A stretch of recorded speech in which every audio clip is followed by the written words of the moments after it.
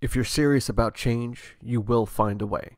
Doing a message just to all the ex-Muslims out there that are in their mid-20s, 30s, living with their parents, religious family, religious siblings, parents, mother, whatever. You will find a way. If you're serious and you live in America, you will contact the ex-Muslims of North America organization. They have a screening process just to let you know that it's serious. And the screening process I'm talking about is that you go face to face with Skype, make sure you're legit, and they'll help you out. They will. And unfortunately, you have so many victims out there that think they're so helpless. If you live in UK, contact the Council of Ex-Muslims of Britain. You will find a way. How did Rana from Saudi Arabia escape Saudi Arabia as an ex-Muslim? How did she do that? There's a possible way to get out of everything.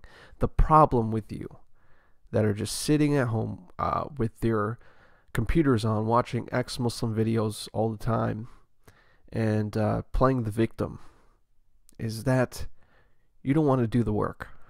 And unfortunately, I have to say it like that. You don't want to do the work. You know, there are so many ex-Muslims out there that don't even need the organizations, and they find a way. They find a job that will pay them enough. They get the social skills and develop their skills. Or they get a work visa in another country and they make it happen. But there's so many victims out there that want to say, well, I'm starting to really hate my parents, I just started to despise them, and things like that.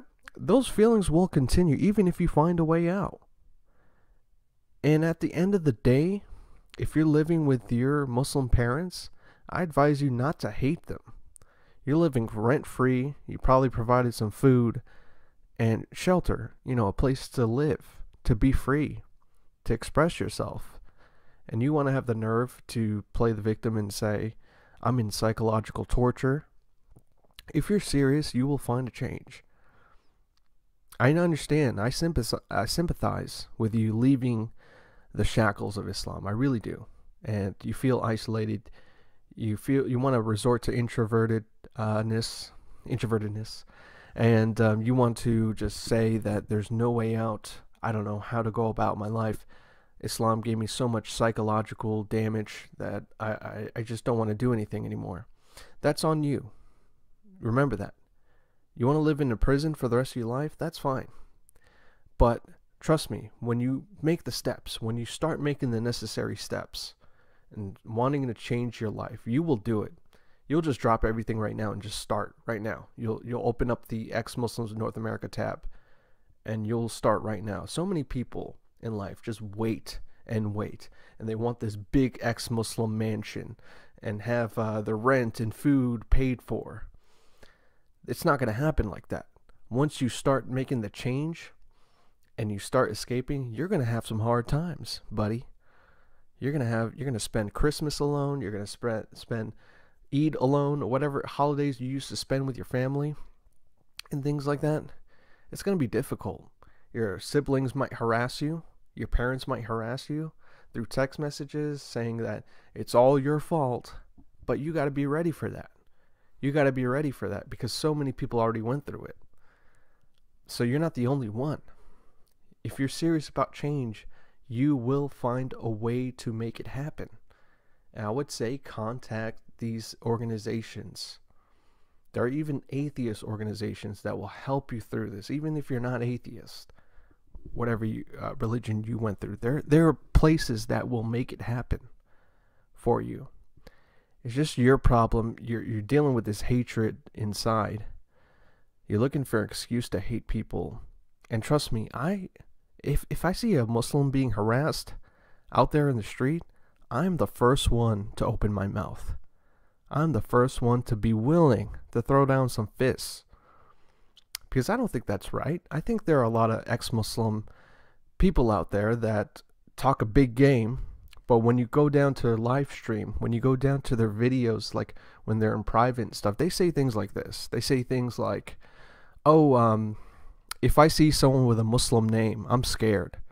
And I don't want to approach that person. I would never invite them to hang out or a gathering.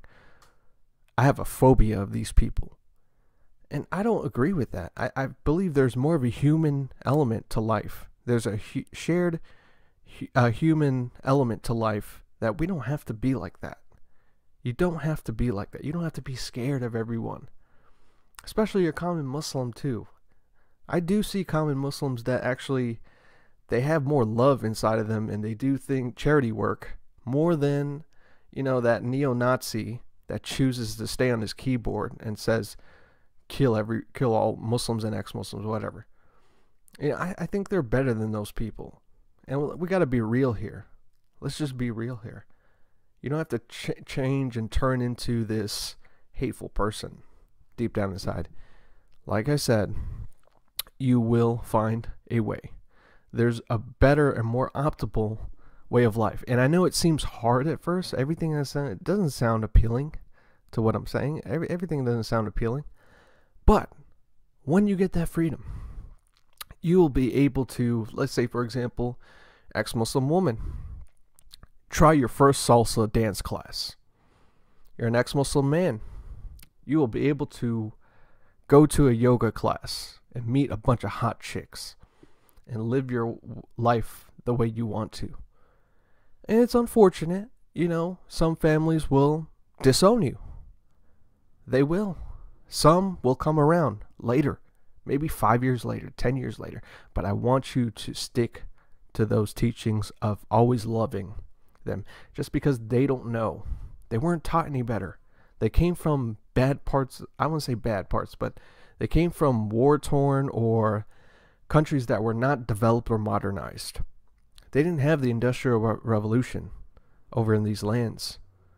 They had to lean on religion, and that's why Islam seeps into the West, in my opinion, because they're coming from different countries and they still want to justify religion because they know back home they don't have anything else better to lean on.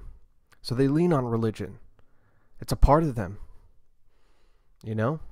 So have that understanding and be serious about change.